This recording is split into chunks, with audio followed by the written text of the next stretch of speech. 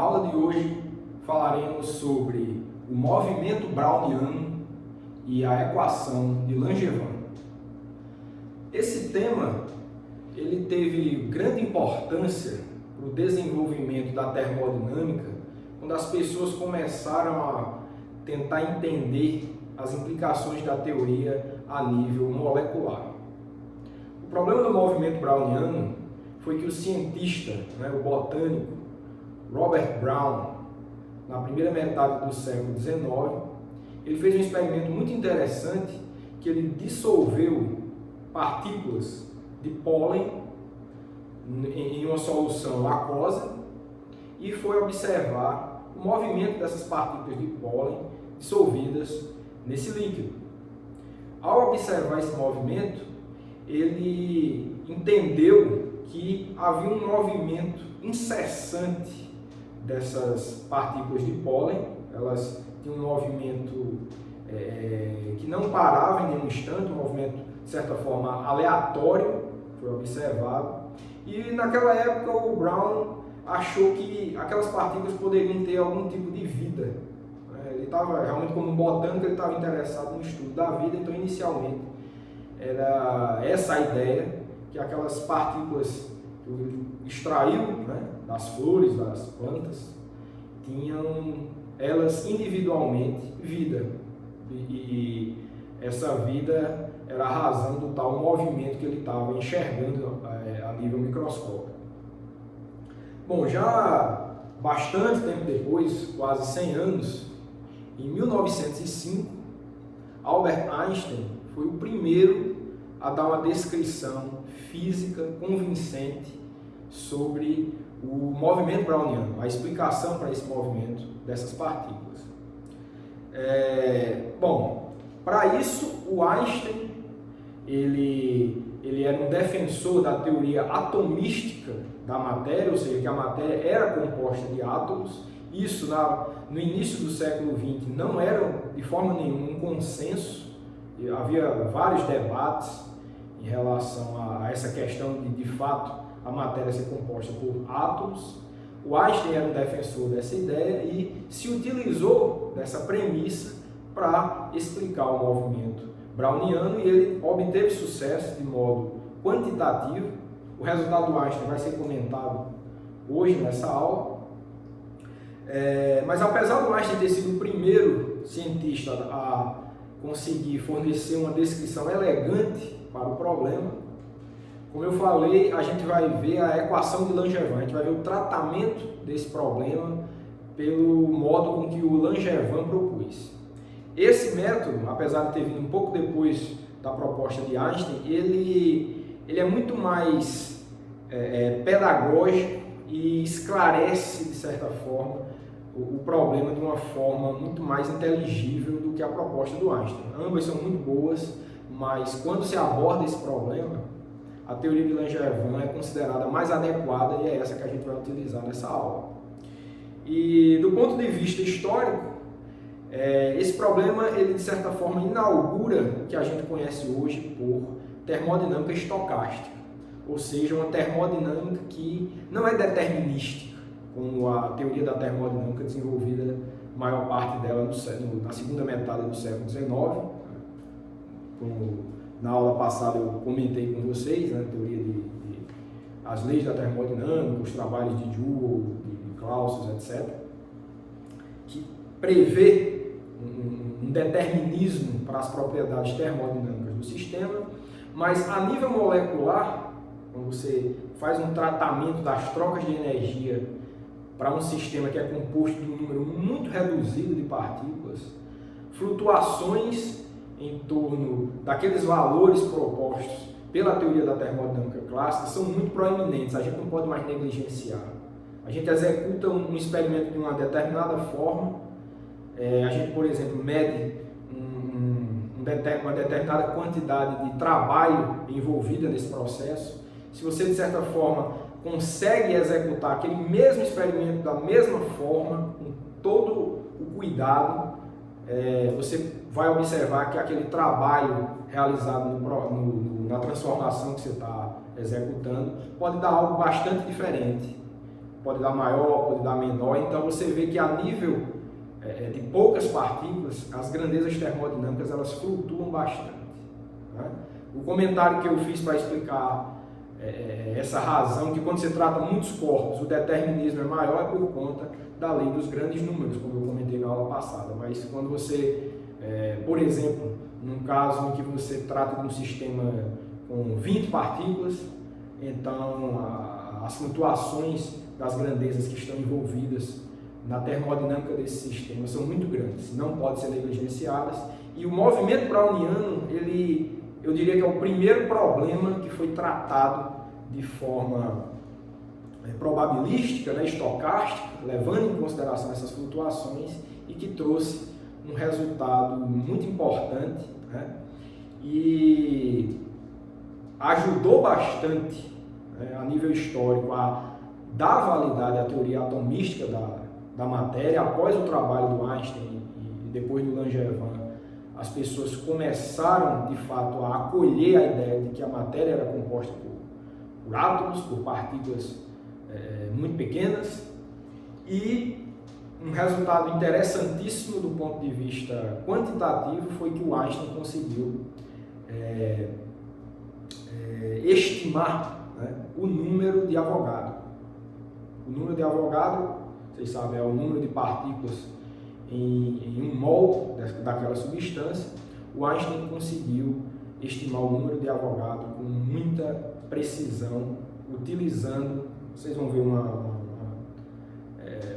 ferramenta muito simples. Eu vou utilizar de novo, explicando de novo, eu vou utilizar a teoria de Langevin, mas o nível de simplicidade é equivalente ao nível de tratamento do Einstein, e um resultado muito próximo do valor que a gente aceita hoje do número de Avogadro foi obtido naquela época com base na teoria do movimento browniano.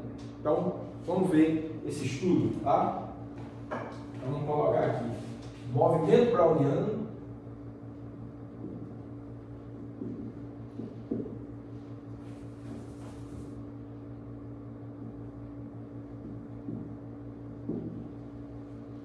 e a equação de Langevin. Então esse é o problema que a gente vai abordar nesta aula.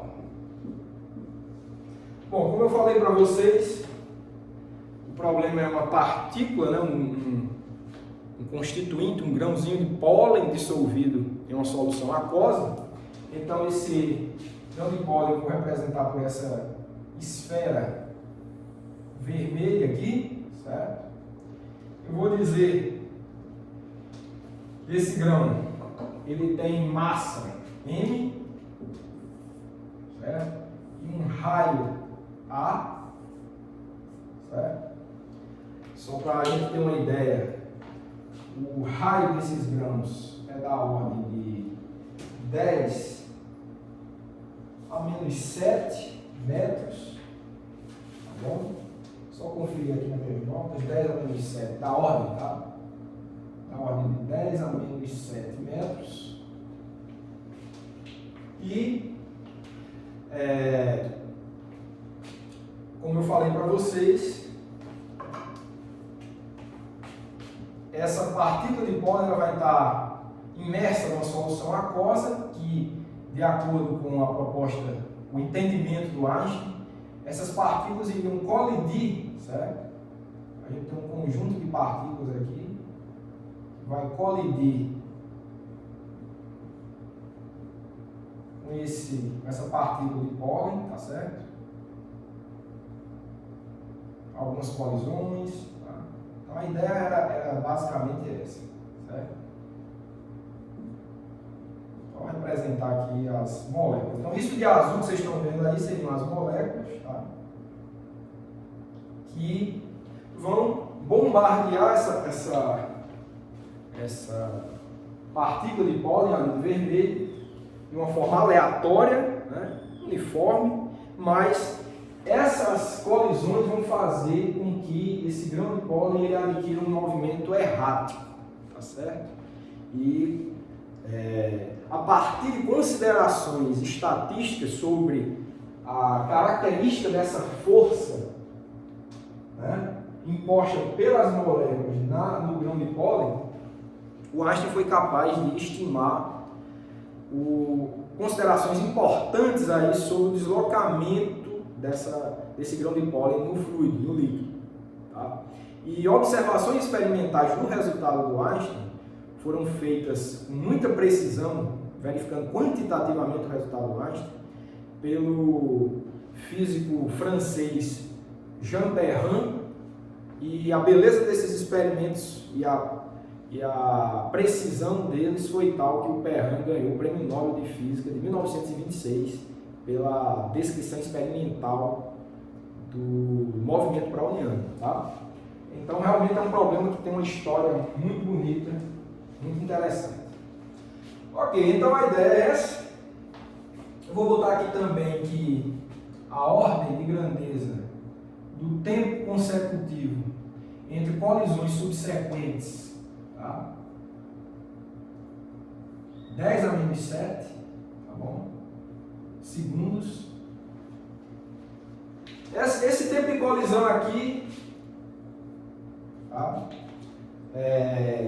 O Einstein nem utilizou tanto na teoria dele, tá? Mas hoje a gente entende que o intervalo de tempo entre colisões consecutivas vai ser dessa ordem. Eu estou colocando para que a gente tenha uma dimensão quantitativa desse problema. Mas a gente vai ver que a descrição é relativamente simples e com um resultado final muito forte, muito importante. Então essa que é a ideia. Ok, então, para a descrição disso, né? Então só para deixar claro, né?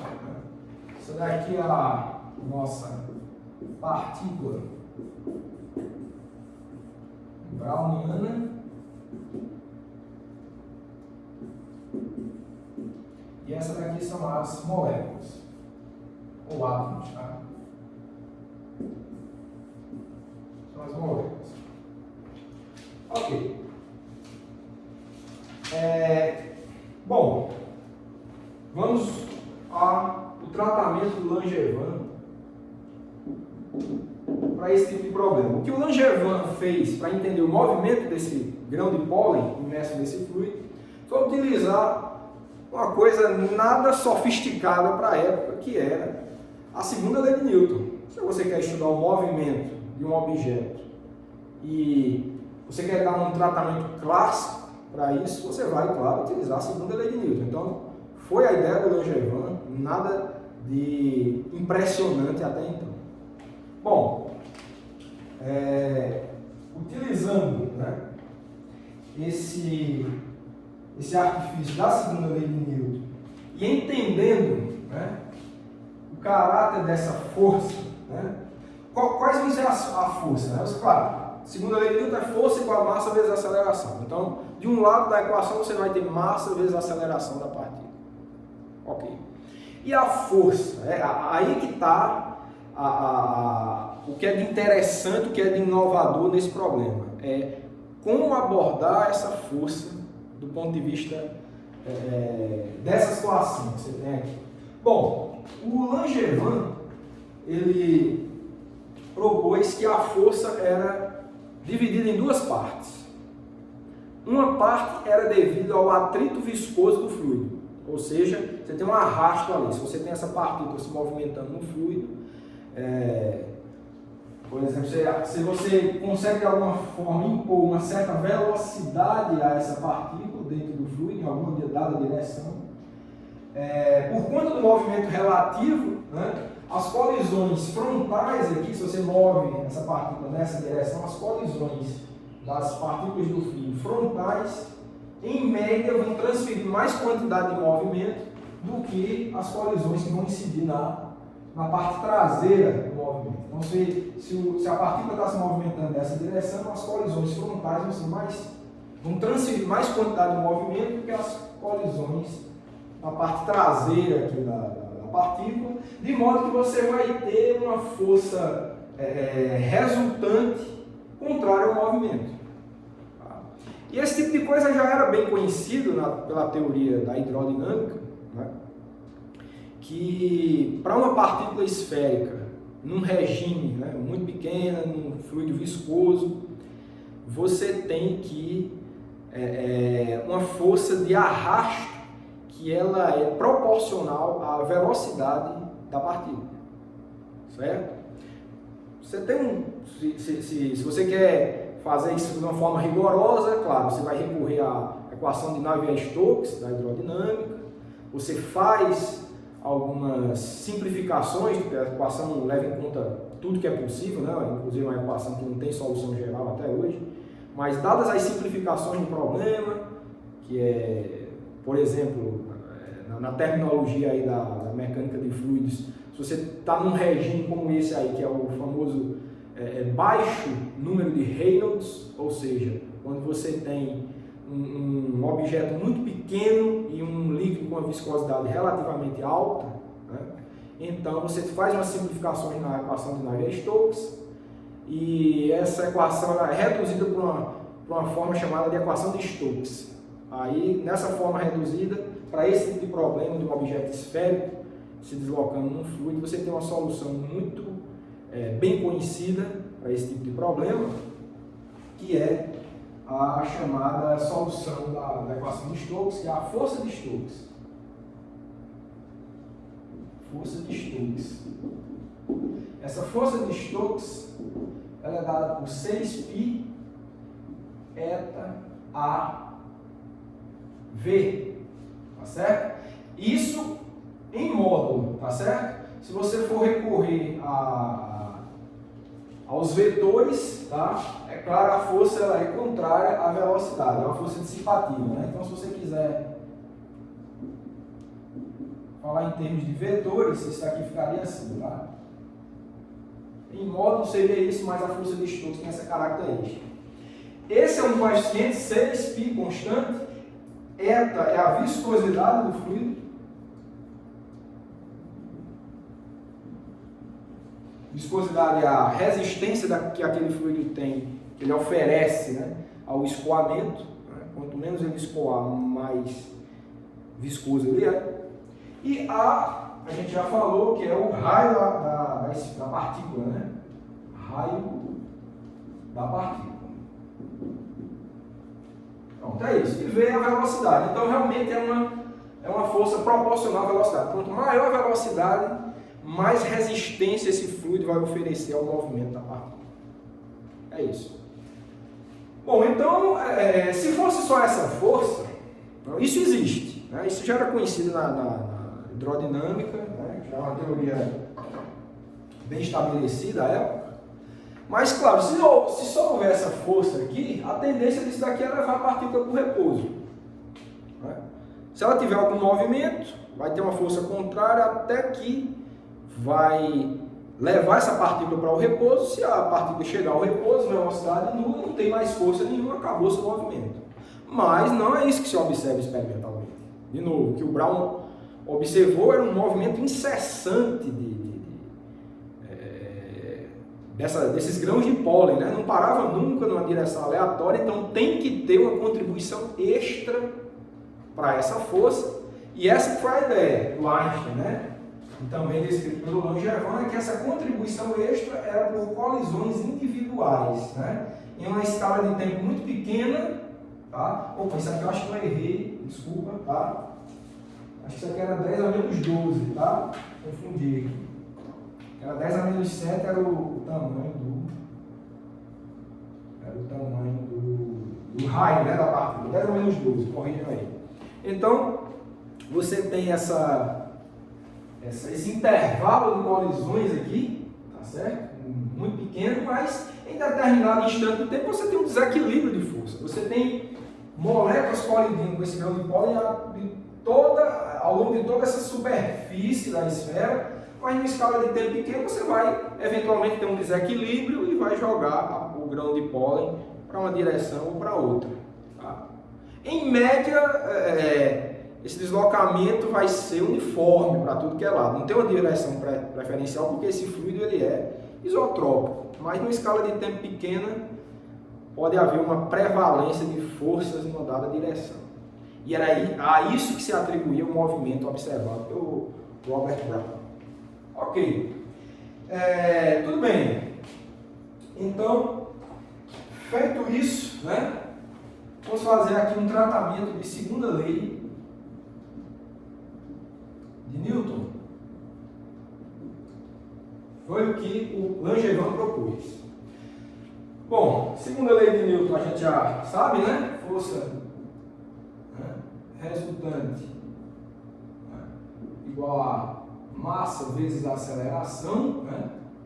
Vou botar um A diferente para não confundir com o A do raio. Tá? Certo? Então você tem isso aqui. É basicamente isso que a gente vai utilizar. Só que, para simplificar o nosso problema, tá, a gente vai dar um tratamento unidimensional para o problema. Está começando a entender a situação, então vamos tentar reduzir o movimento dessa partícula, a observação dela ao longo de uma dada linha. Né? Ou seja, o movimento é em 3 dimensões, porque o grão de pólen está dissolvido no fluido, mas vamos olhar para uma direção, né? Ou seja, para as projeções ao longo de um dado eixo X, desses deslocamentos individuais. É isso que a gente quer estudar. Ok, então, se a gente se reduz ao caso unidimensional, o que é que a gente tem? Olha, vamos dar um tratamento de equação diferencial a isso. Bom, esse lado da equação aqui, claro, fica massa vezes aceleração, que é uma derivada segunda dessa posição x, né, só do tempo. Tá? Isso vai ser igual a menos 6π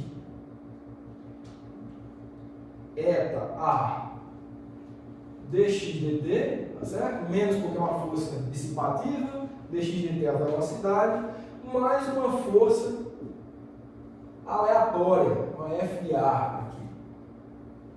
Certo? Essa vai ser a nossa equação número 1. Pronto.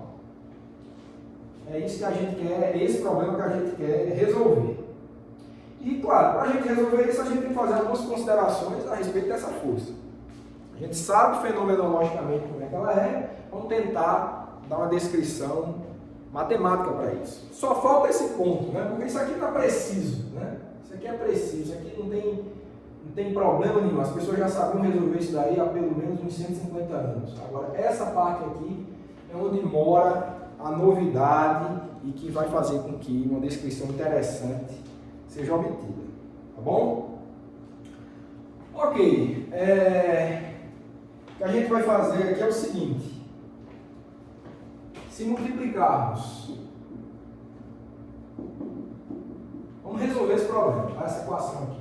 Se multiplicarmos a equação 1 por x, observando que, bom, a gente vai multiplicar, o truque é o seguinte, é multiplicar os dois lados da equação por x, tá certo? E a gente vai observar o seguinte, que x d2x dt2, que é um termo que vai aparecer aqui, né, quando a gente multiplicar por x, isso a gente pode escrever como sendo ddt x dx dt menos dx dt quadrado. Certo? Muito simples verificar, né? Aquela regra do produto aqui, você vê que você faz uma regra do produto ali com aquele primeiro termo do lado direito, você vê que facilmente isso daí é verdade. Né? Ok. Isso daí a gente pode desenvolver um pouco mais para encontrar o seguinte. Né? Isso implica a seguinte coisa, que x d2x dt2 é igual a 1/2 de d2 dt2 x ao quadrado menos dx dt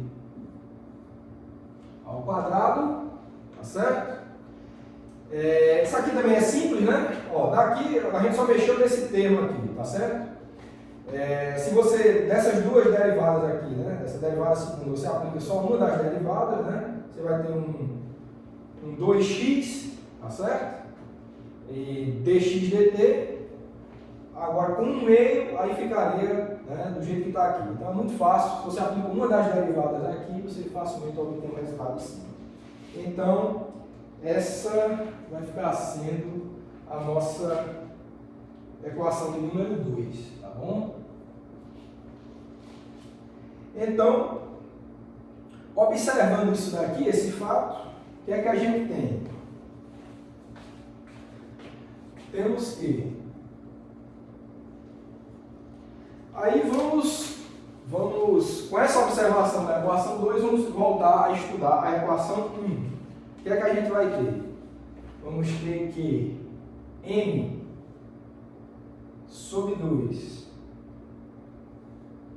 d2 dt2 x quadrado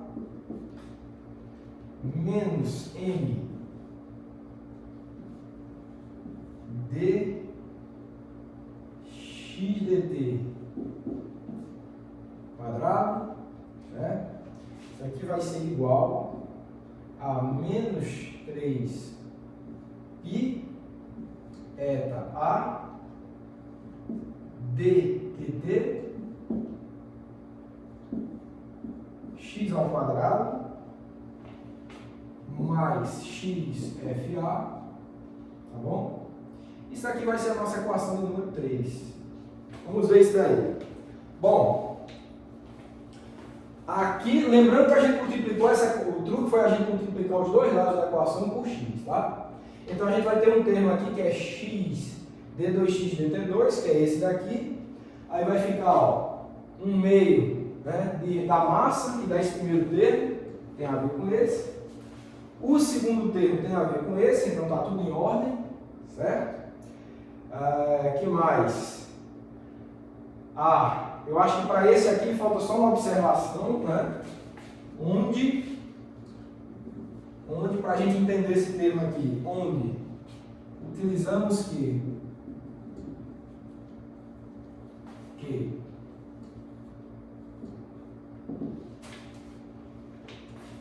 nada demais, né? Vou só apagar aqui. A gente vê o que foi utilizado.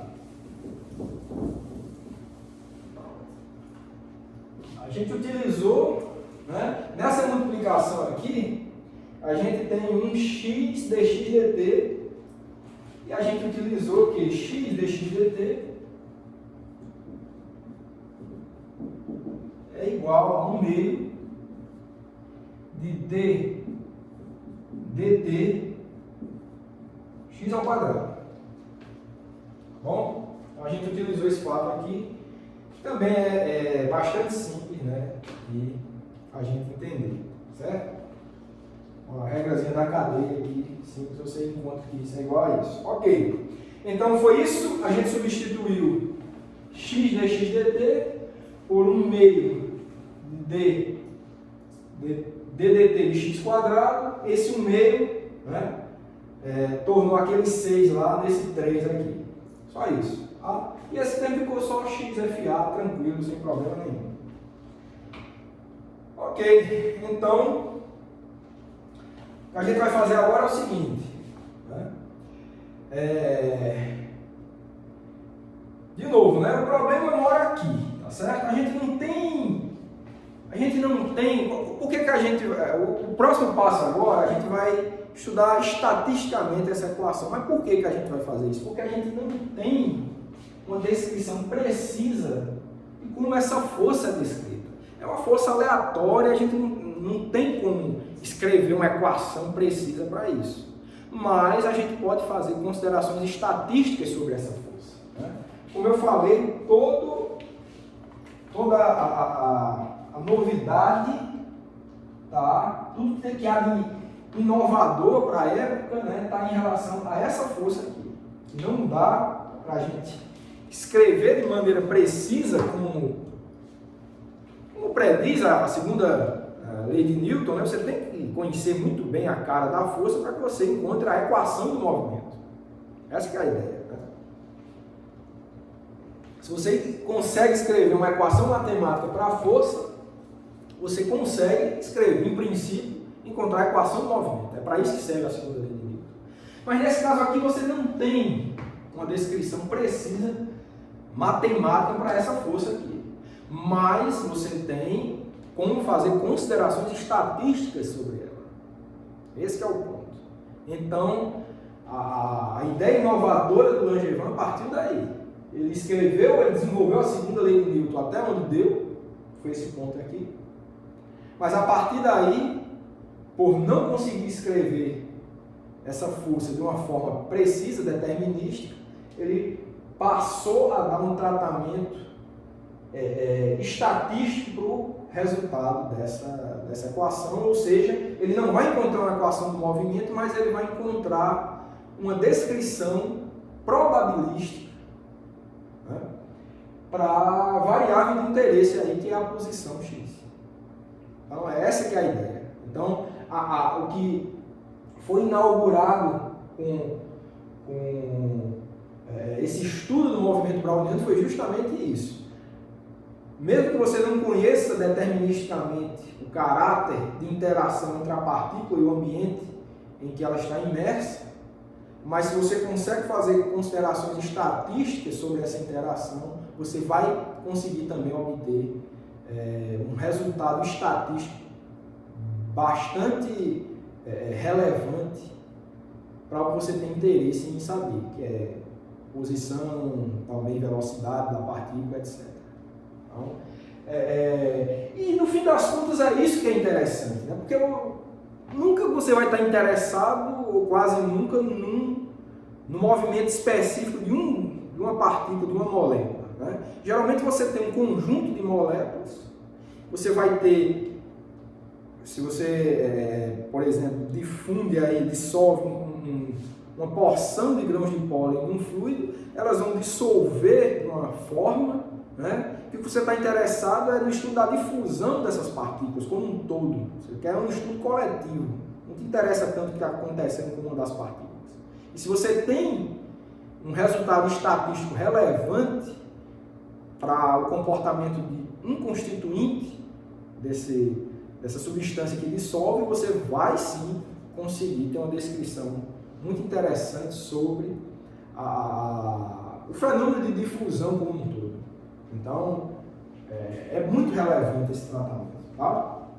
Ok, então, tendo dito isso, o passo seguinte proposto pelo Langevin foi tirar a média temporal dessa equação aqui. É isso que ele vai fazer, é um tratamento estatístico. Então, agora, né, tirando a média temporal da equação 3, temos, o que a gente vai ter? A gente vai ter um primeiro termo aqui, uma média, né? Vou representar assim, m sobre 2, d2 dt2, x ao quadrado, fechou aqui a média, menos média de m, dx dt, fechou aqui, igual a média, né? Média da soma é a soma das médias, então média de tudo isso individualmente, menos 3π eta a dx quadrado dt mais média de x FA. Essa vai ser a nossa equação de número 4. Bom? Então essa que é a ideia. Vamos ver como é que a gente desenvolve isso daí.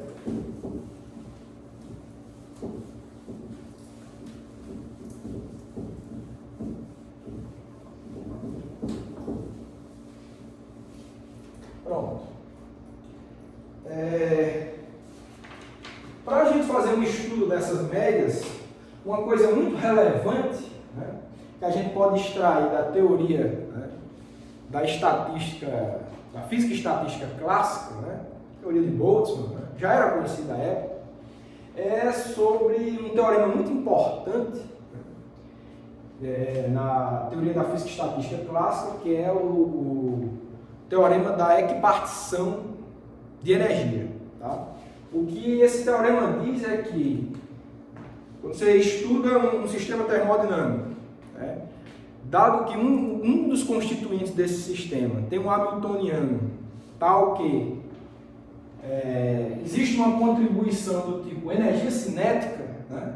Cada energia cinética ao longo de uma dada direção, por exemplo essa daqui, massa, né, vezes velocidade, né? Faltou um meio aqui, mas a gente vai escrever isso ali, né? Quase uma média de uma energia cinética, né? A menos de um fator meio aqui. Então, cada contribuição dessa para um hamiltoniano, quando você faz um tratamento estatístico para a energia desse sistema, então, cada contribuição da energia cinética, né, vai ter um termo do tipo 3 meios de kBt, considerando o movimento em 3 dimensões. Para um movimento de uma só coordenada, né, da quantidade de movimento, que a gente está preocupado aqui só com o eixo X, né, uma projeção somente, então a contribuição desse termo aqui vai ter, para a energia cinética, vai ser uma contribuição do tipo de meio de kBt. Tá certo? Então isso é um teorema, né, quem não conhecer ou não tiver lembrado, quem já fez o curso de Física e Estatística certamente já viu, né? Mas quem quiser relembrar, é só fazer uma busca aí sobre o teorema de equipartição de energia, que tem bastante literatura sobre isso, a prova dele não é difícil, é bastante simples, tá? Então, e é um resultado fortíssimo, né, da Física e Estatística clássica. Então,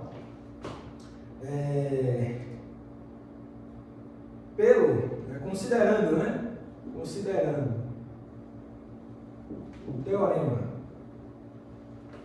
da equipartição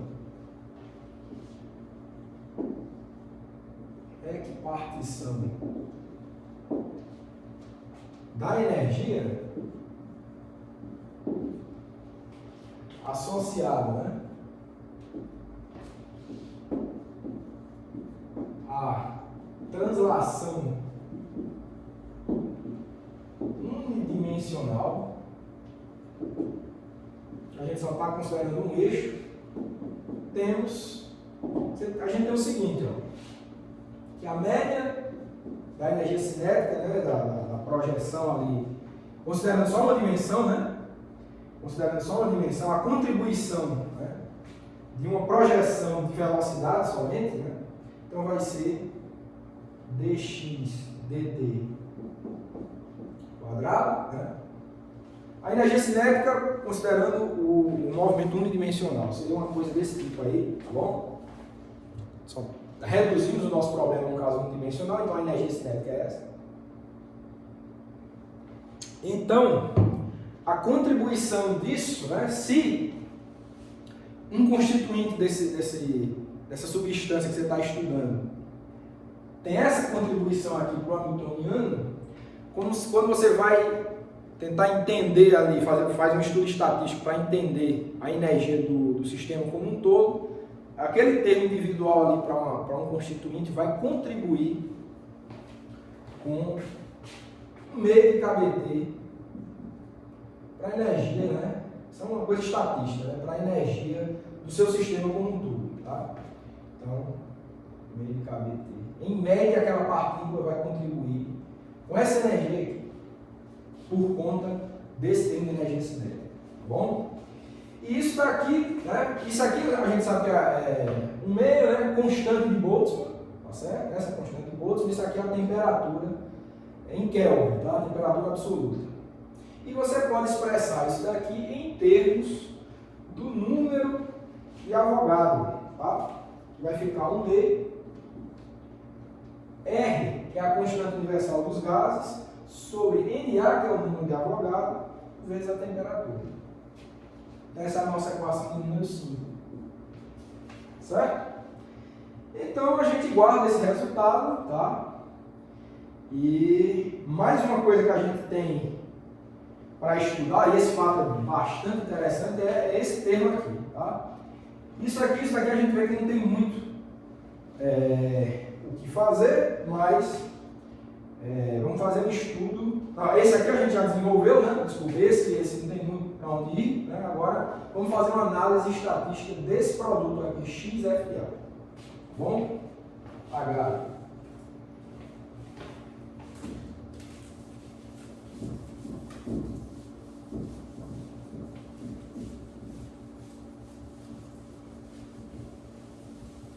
Pronto. Então, temos também, né? Temos também que a média de XFA, bom, aí é uma consideração fenomenológica.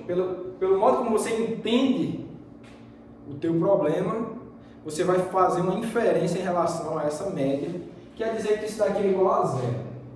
Tá? Como é que a gente justifica isso aqui? Não é difícil. Não é difícil. Se você lembra, né?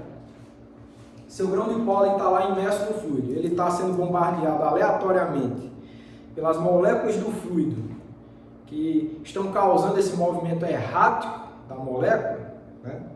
Você sabe que, em média, você vai ter forças atuando uniformemente em todas as direções. Não tem direção privilegiada. Tá? Para escalas de tempo pequenas, você vai ter a prevalência da força em uma dada direção. Mas, estatisticamente, para tempos longos, em média, a mesma força foi aplicada indistintamente ao longo de toda a superfície da esfera, que é o grão de pólen. Então, você tem essa estatística, né? E, obviamente, então, a média de FDA, sozinha, isolada, a média dela é zero, tá certo? Então, ó, se você quiser entender essa força, pode até fazer um gráfico aqui, né? Já podia até ter feito, que é um FA em função de X, tá certo? Ele pode ser descrito assim. Ele pode ser descrito assim. Vou botar o eixo do tempo aqui. Né? E você pode fazer, ó. A força ela se comporta mais ou menos assim, ó.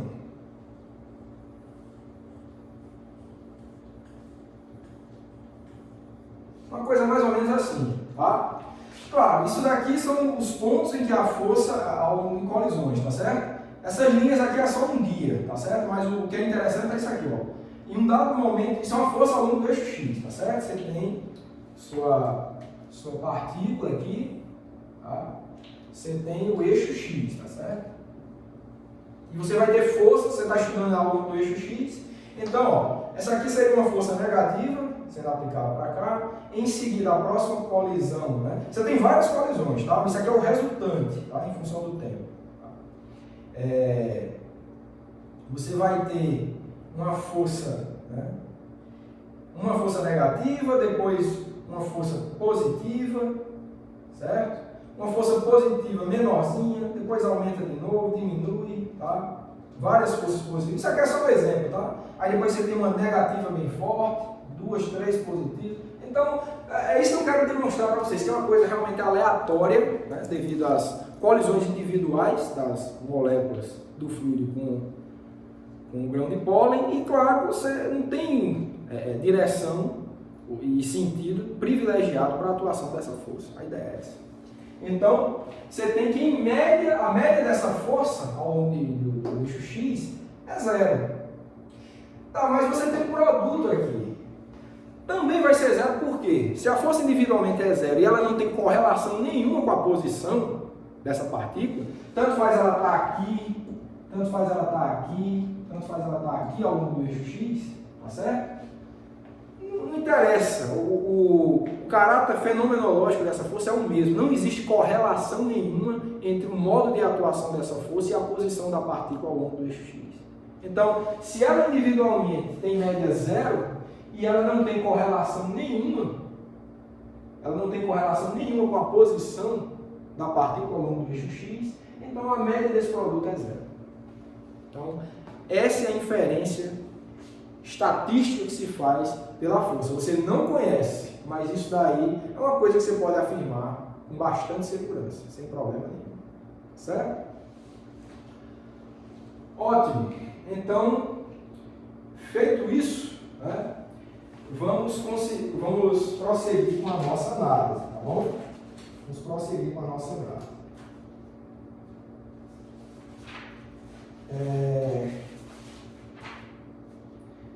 Então, eu vou apagar aqui, né? Apagar aqui e fazer uma consideração rápida em relação a essa equação 4, tá bom? Então, utilizando 5 e 6 em 4, vamos ver o que é que dá, certo? Então a gente vai utilizar os resultados de 6, né? Isso aqui vai zerar, né? O 6 aqui vai zerar, certo? E esse resultado aqui, você vai ter uma contribuição que é 1 meio de R sobre NA-T. Pronto, é só isso. Essa análise que a gente fez aqui, isso aqui é zero, e é isso. Então é isso que a gente vai fazer agora, tá bom? Vamos reescrever essa equação 4 com base no que a gente discutiu para as equações 5 e 6.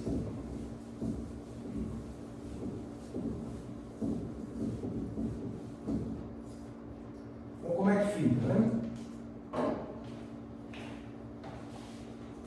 A gente vai ter o seguinte, ó, m sobre 2, as constantes, né, pode sair da média, d, derivada segunda, da média, né, da posição ao quadrado, menos r sobre NA, t, tá bom? Certo? Lembrando que na equação a gente tinha duas vezes a energia cinética, tá certo? A gente tinha um termo que era M, não tinha esse meio não, tá? Então, o meio com o meio cortou, por isso que ficou R sobre NAT, tá? Igual a menos 3π eta sobre eta A ddt posição ao quadrado. É isso. Bom? Então, essa é a nossa equação de número 7. Tá bom? E a equação diferencial, né? A equação diferencial na variável, nessa variável aqui, ó. A gente tem uma equação nessa variável aqui.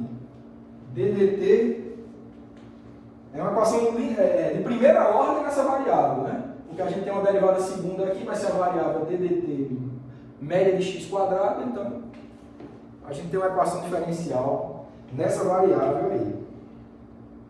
Tá? Então, só para deixar isso claro, né? Então, note que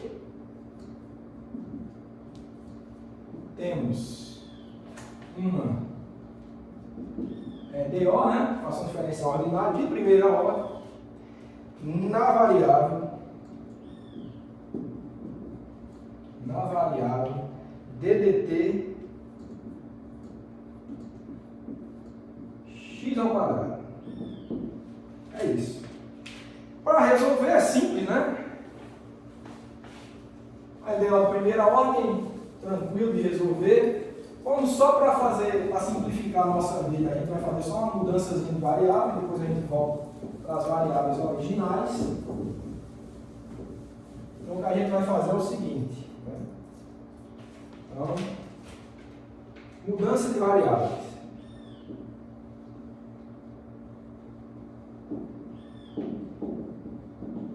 Mudança de variáveis. A gente vai atribuir uma função f, que é essa, né? A gente vai querer descobrir quem é, né? A mudança vai ser f ddt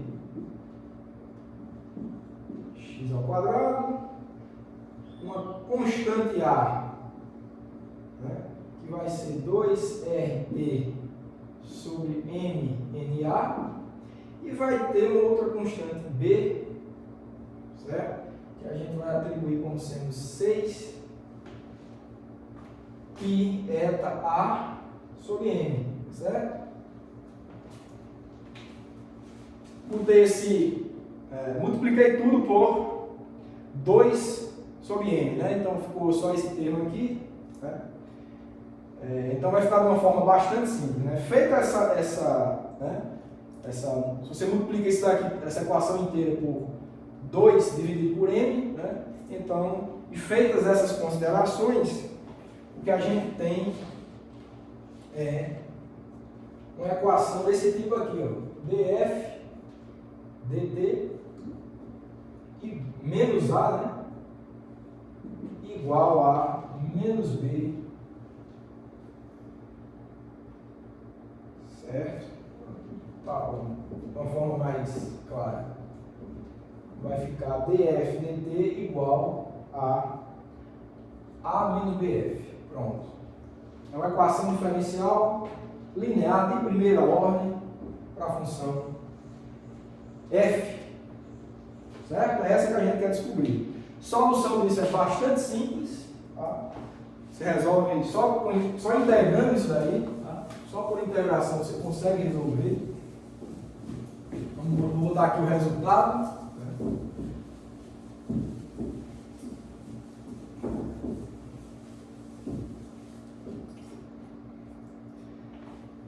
Então, solução é uma solução do tipo f de d, né, igual a A dividido por B mais uma constante C, que vem das integrações, vezes exponencial de menos bt. Certo? Essa é a nossa equação de número 8. Tá? Isso aqui é de novo, A e B estão especificadas ali, né? A função f é que a gente quer descobrir, e essa C é uma constante resultante das integrações. Pronto. Feito isso, a gente retorna para as variáveis originais, né? Então, recuperando as variáveis,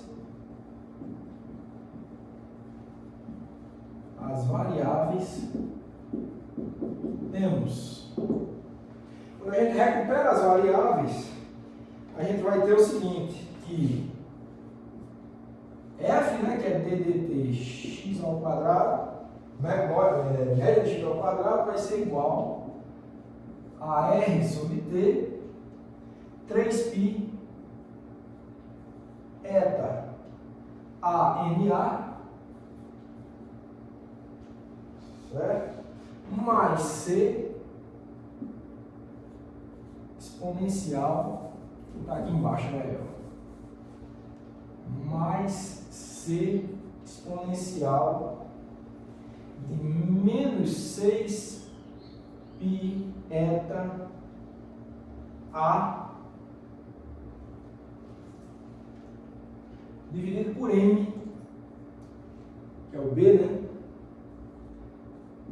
Vezes o tempo. Então essa é a equação 9.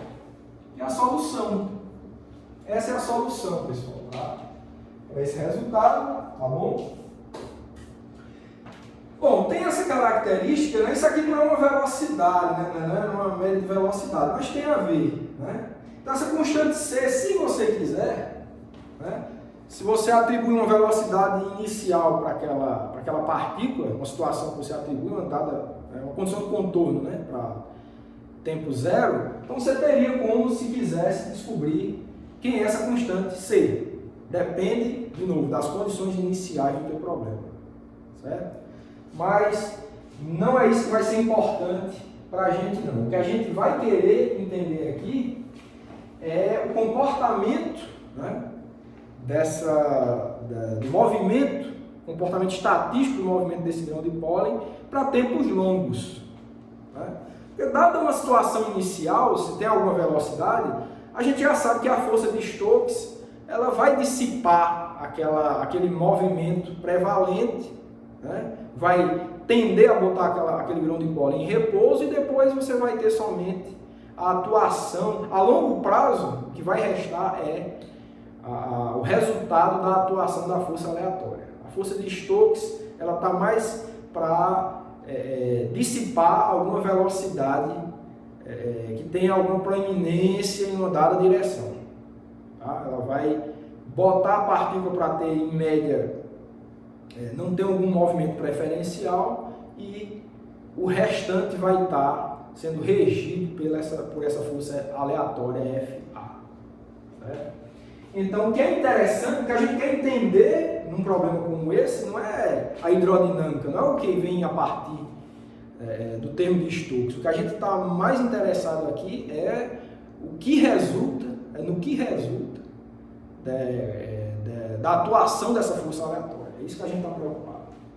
E para isso, o que é interessante é fazer um estudo para tempos longos. E para tempos longos, essa é que vai ser a força que vai estar atuando, né? Como eu já disse, é uma força incessante. Ela vai estar, teoricamente, aí para qualquer tempo, ela vai estar atuando ali indistintamente. Certo? Ok, então, vamos fazer essa descrição a tempos longos. Vamos lá.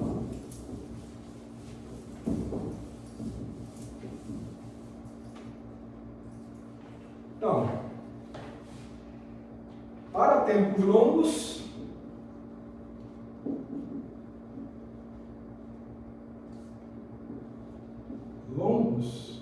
né?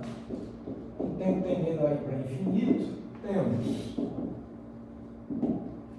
a gente vai ter que ddt x ao quadrado, ele vai tender, né, para R vezes T dividido 3π eta A NA, certo? Porque esse termo aqui ele vai para zero, né? Essa exponencial vai para zero para tempos longos, né? E considerando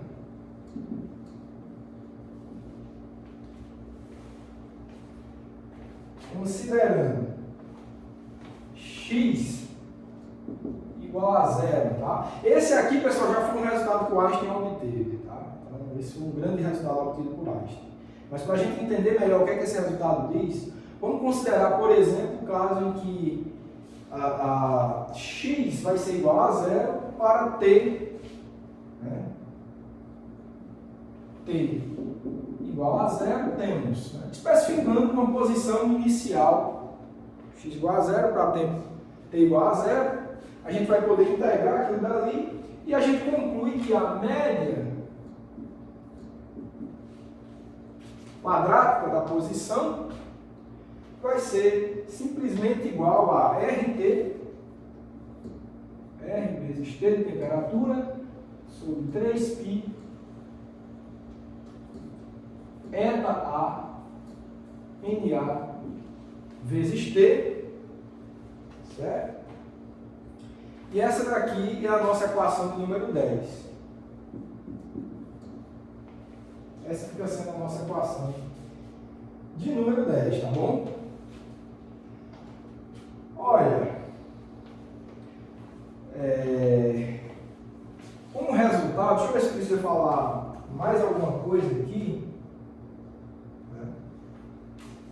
Vou só apagar esse lado e fazer alguns comentários. Mas a gente já chegou no grande resultado encontrado por Einstein e em seguida por Langevin, tá certo? Que é esse resultado da equação de número 10 aí. O que é que esse resultado diz? Olha, ele diz que a média quadrática da posição, você tem um grão de pólen inicialmente na posição x igual a zero, né? Devido às colisões ele vai andar, né? Vai estar caminhando. E a média quadrática, né, do distanciamento desse grão de pólen em função do tempo tem um comportamento linear, tá certo? São constantes todas positivas aqui. Então, em função do tempo, você vai ver que a média quadrática da posição vai aumentar linearmente com o tempo. Certo? Ela não vai... você vai ter um deslocamento e vai ter esse comportamento, a média quadrática. Né? Individualmente, você não tem a equação do movimento, você não tem um x em função do t, mas em média, a posição ao quadrado tem esse comportamento. Foi isso que o Einstein encontrou, que o Perrin verificou nos experimentos dele, com muita precisão, que deu o prêmio Nobel para o Perrin em 1926, como eu já falei. Mas o que é que interessante também que o artigo do Einstein trouxe? Olha, se você conhece a viscosidade, claro, você daqui, claro, π, claro que se conhece, você já era conhecida a constante universal dos gases, o grão, o tamanho do grão, você tem como medir, tá? Com alguma precisão, o raio, né? Isso aqui é o raio do grão. Se você conhece, então, a viscosidade do fluido, conhece a temperatura desse fluido, e você faz uma estimativa, como fez o Perrin, né? Dessas duas coisas, tem o tempo, de acordo com o passar do tempo, qual a média quadrática da posição. Você observando no microscópio, você vai fazer uma estimativa disso, tá certo? Qual a média quadrática, você tem o tempo, então você tem todas essas coisas, então você tem como determinar, conhecendo essas coisas que são mensuráveis de maneira simples no laboratório, tanto viscosidade, né, você usaria um viscosímetro, tem como fazer isso, temperatura obviamente que é simples, o raio, os grãos, temperatura, então você tem como determinar o chamado número de Avogadro. E com as informações que se tinha à época sobre esses dados, com os experimentos que se tinha, a estimativa foi que o número de Avogadro era dado por Na igual a 2,1 vezes 10 a 23. Né? Esse era o número de Avogadro. Tá? Muito, né? Muito próximo do valor preciso que a gente tem hoje, né? Que é de 6,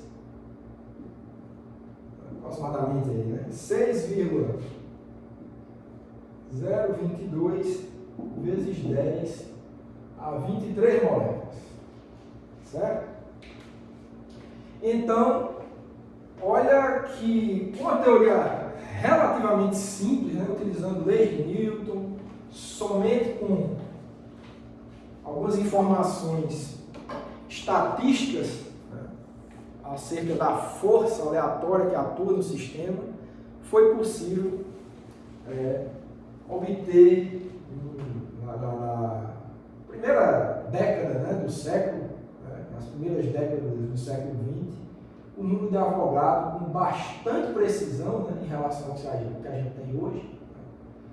E lembrando que era uma época que a teoria, como eu já falei, a teoria atomística não era um consenso. As pessoas não acreditavam, todas elas, que a matéria era composta de átomos. Então, o trabalho do Einstein trouxe essas informações, né? Einstein e Langevin, né?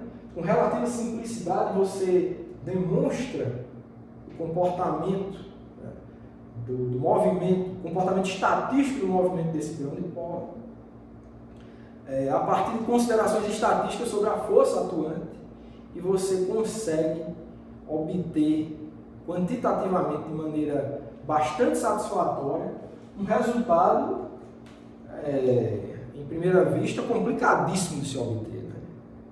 Principalmente numa época, repito, que não era um consenso a teoria atomista, tá bom? Então, pessoal, de novo, como eu havia falado, esse problema do movimento browniano, ele inaugura, né, esse tratamento estatístico para o estudo da termodinâmica. Pode-se dizer que nasce ali o estudo da termodinâmica estatística, uma área ainda em desenvolvimento, e alguns outros pontos relevantes acerca dessa teoria a gente ainda vai ver nesse curso, mas vocês veem que com relativa simplicidade, a gente consegue tirar resultados bastante relevantes. Bom, o que eu tinha para hoje era isso. Eu aguardo vocês na próxima aula.